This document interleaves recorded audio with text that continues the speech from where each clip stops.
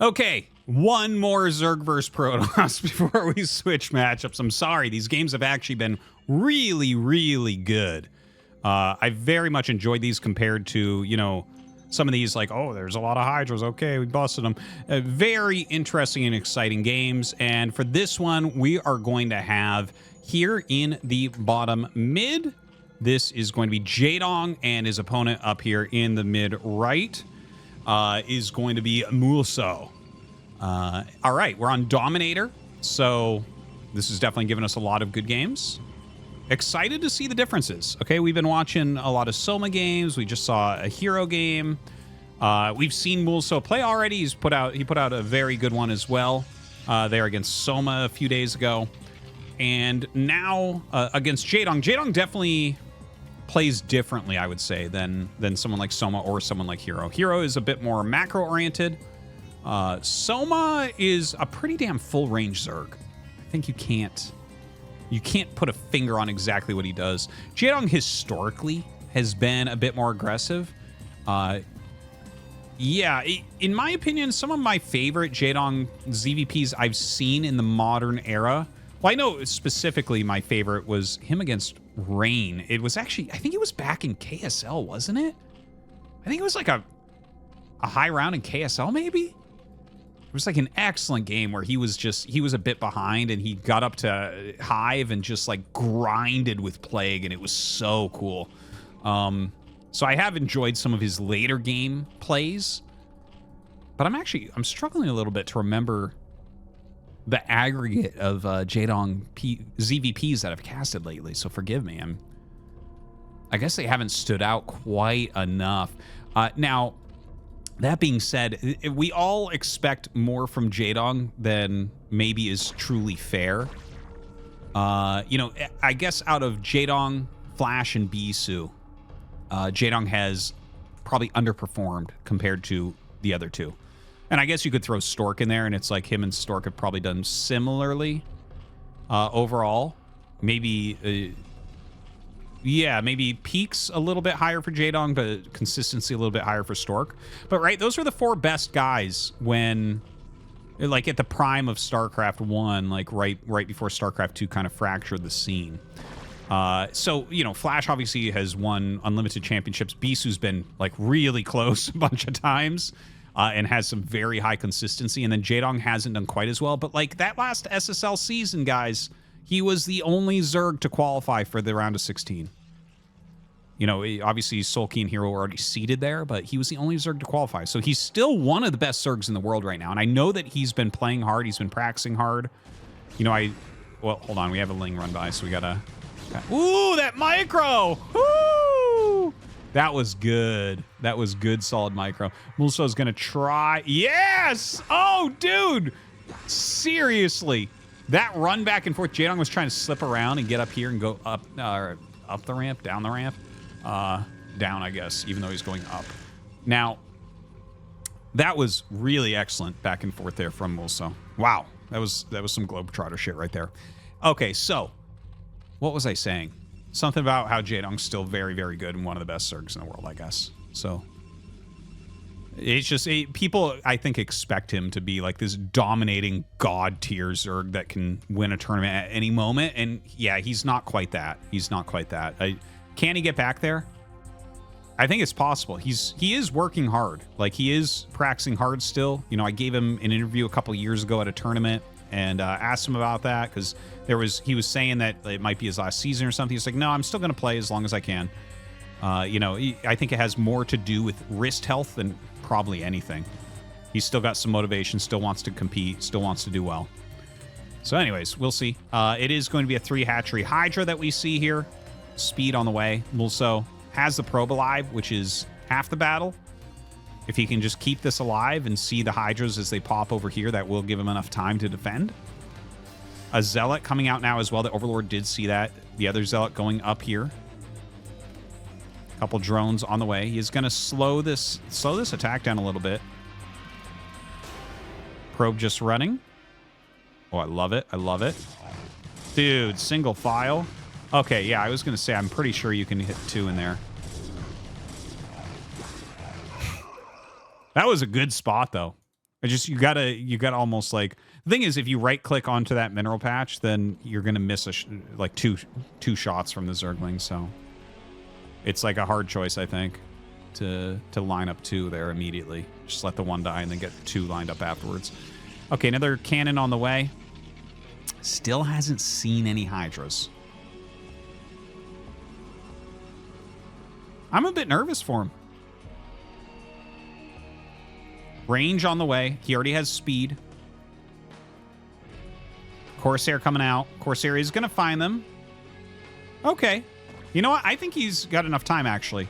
That's the first couple of Hydras, and in fact, they get aggroed and pulled back just slightly. You really need to get a decent group up here to start the attack, and he's already going to have 2 cannons, 2 zealots. The shape of the wall is pretty good. There's plenty of room here. It's hard to really hit any of the buildings without being hit by the cannons. The Hydra's coming up very quickly. Moolso going up to 5 cannons at the moment.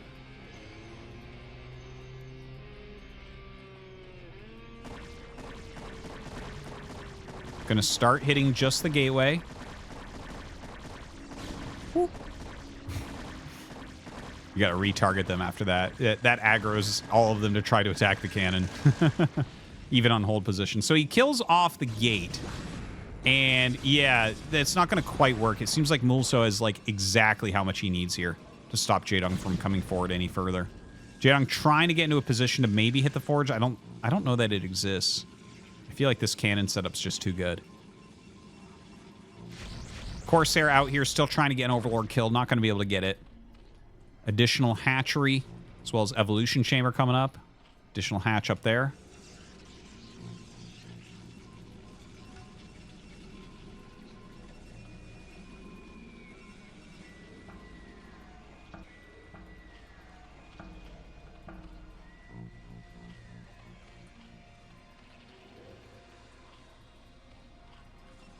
So, the game has significantly slowed down.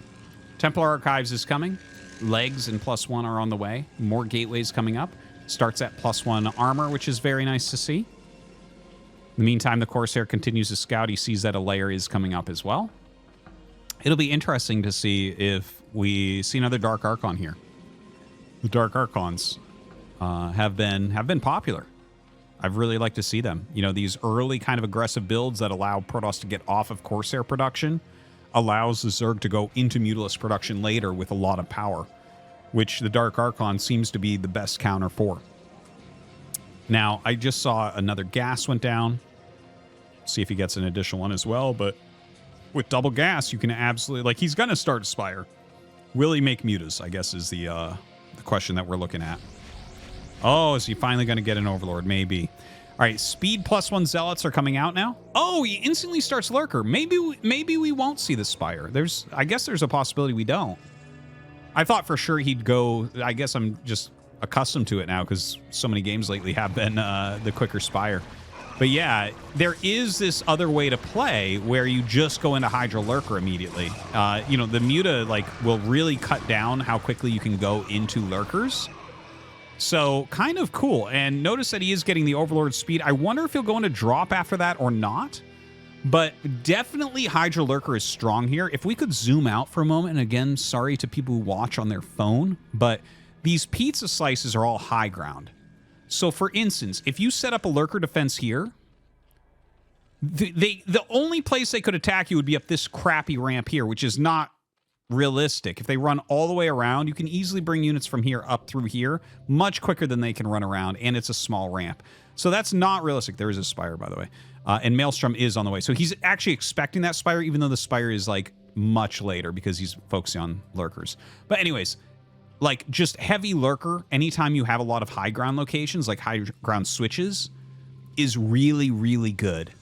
It's so hard to attack up into. In fact, you just shouldn't. And we see so many Protosses lose games. That Ikmyung game against Hero. He literally, it's not to say that he was going to win the game, but he lost it because he attacked uphill into Lurkers. You can't do that. You just got to look at that and say, okay, that's not killable. Let's go do something else. And the thing is, occasionally it'll be killable, but it becomes, you shouldn't go after it unless it's obviously killable. The smartest thing Tasteless ever said, we were casting a GSL game. And he just said this very simple thing, and I think about it all the time. If you can't kill a base, then don't try to kill it. Or something like that. It was very close to that. That is like exactly truth. If you can't kill something, don't try to kill it. It's like, okay, they have that. Okay. Be at peace with it. Go do something else. Because if you can't kill it and you try, that's how you're going to lose a game. Okay. So Jaedong here is setting up a fourth. This is a hard stretch to defend. You can see him kind of walking in. There are 3 High Templars here. This containment-based strategy, I'm not entirely sure. I'm not entirely sold that this is the best location.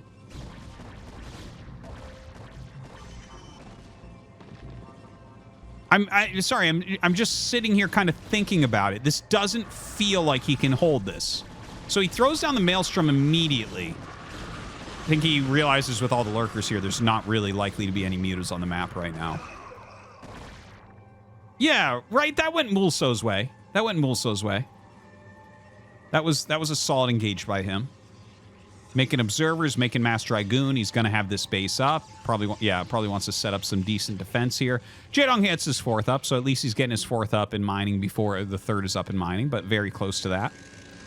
We got... Oh, I love that gateway layout. That is so handsome. So we have the 8 gates producing, still getting upgrades there, plus 2 armors on the way. Still just lurkers. He has the Spire, but only for Scourge. Looks like some anti-drop defense here. So that's decent. Hive is on the way for Jaedong as well. I do like Jaedong Hive. I'm excited for it. It's got +2 on the way for his range attack and +1 on Carapace. We'll see when that Hive finishes, if he goes into Adrenal and maybe gets a 3rd evolution chamber. I think once you get up to Hive, if you're not upgrading melee and Carapace consistently, it doesn't make sense. Like, he might... I would even prefer him to just go +1 melee off of the +2 ranged instead. Like, or I like a 3rd Evo. I think 3 Evo is really good in this matchup. Anyways, doesn't matter what I think. Matters what Jaedong thinks here. Lots and lots of lurkers. And this is the defensive area I was talking about, where it's like, okay, if you have this set up and this is your rally, Protoss will never break this. So this is invincible. Now that makes it so it's like, okay, well, you could try to go through here or through here. Those are 2 realistic things. Ooh, another good Maelstrom.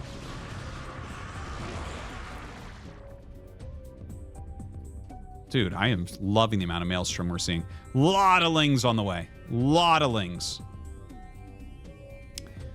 Yeah, this is, like, you have to figure out how to defend this base. This is the most important thing on the map right now, because this is the least defended, and also if Moolso can kill this, the game can go into his favor pretty quickly. Now, he actually runs down here. This is reasonably well defended. He goes here, because going here will actually block reinforcements towards that base really well. No one wants to go up through this base. You want to go up through this way. And this is actually a pretty damn good engage, but notice how he's pulling back a bit. Oh, he starts to go for it. I'm not entirely sure about that one. Loses a High Templar. Loses a High Templar. Okay, he has enough to kind of man his way through. That's something we've seen from Moolso. His gateway macro is quite good. He's been doing a good job of that. But now he's trying to attack up into the lurkers. This is not how to do it. I'm very nervous for him right now. Jaedong, well, he's eating some storms here. Still trying to go up to this high ground. Eating a lot of lurker shots here. He has so many Dragoons against kind of a faded army there. More and more units coming down from Jaedong, making 12 Hydras at a time. And Moolso gonna have to finally pull back. These positions, I'm not joking, like, he had almost nothing there. It's still unbreakable. Like, if you break that, again, you will win. But going up onto that high ground is so difficult. So he does spend a lot there, and he was reasonably efficient considering. Looks like another base going to be set up very close to Jaedong. So if you're going to set this up as your 4th, this is the type of position that you're going to need to take, because it's the only thing that is going to... Well, the thing is, you can't attack here. So this is like almost a completely defensive position unless Jaedong way overcommits army elsewhere, and then you can attack up. So maybe that's what he's looking for, is for Jaedong to send too many units from this area. Because if he gets that, that's like the rally point. You start to get into the natural and the main. You have a path up to this base very easily. Okay, he's going to try it again.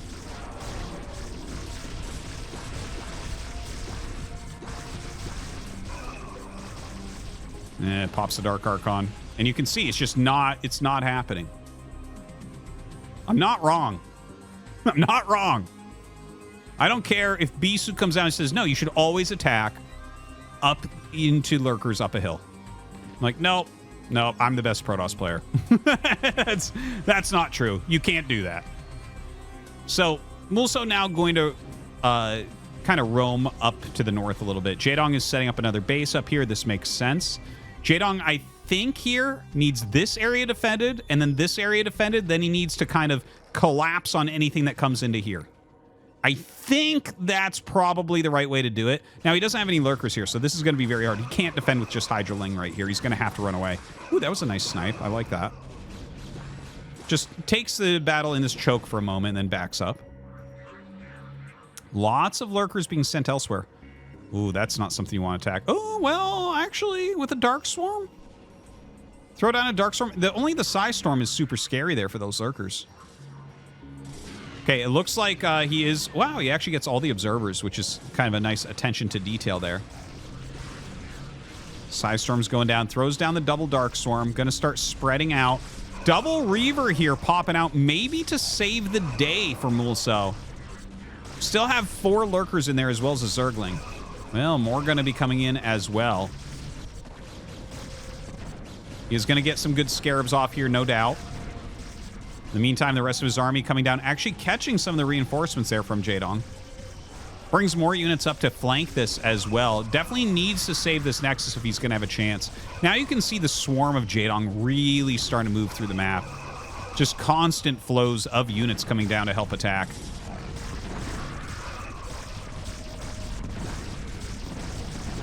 Yeah, he's getting some good Scarabs in there, no doubt, but it seems like... Well, maybe... You know what? I think he will save the Nexus, although he's lost quite a bit in here. His probe count's really, really low at this point. 34 is not really... Well, since he's mined out here and here, actually, if he can make like 10 more probes, he'll be okay as far as mining goes on 2 base. But 34 is not enough for 2 base.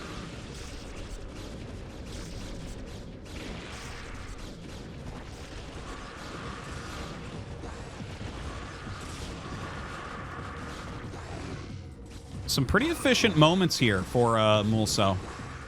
But you can see, again, just the flow of units from Jaedong. He feels like he's in a point where he can just overwhelm, which I can't really argue with very much. It seems like that is the case.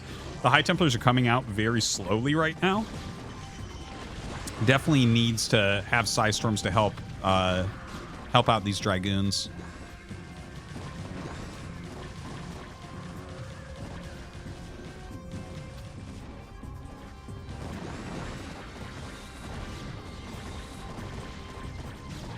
Unpowers the Robos. Going after this Nexus. He is going to get the Nexus. That's unfortunate. I think that's game then.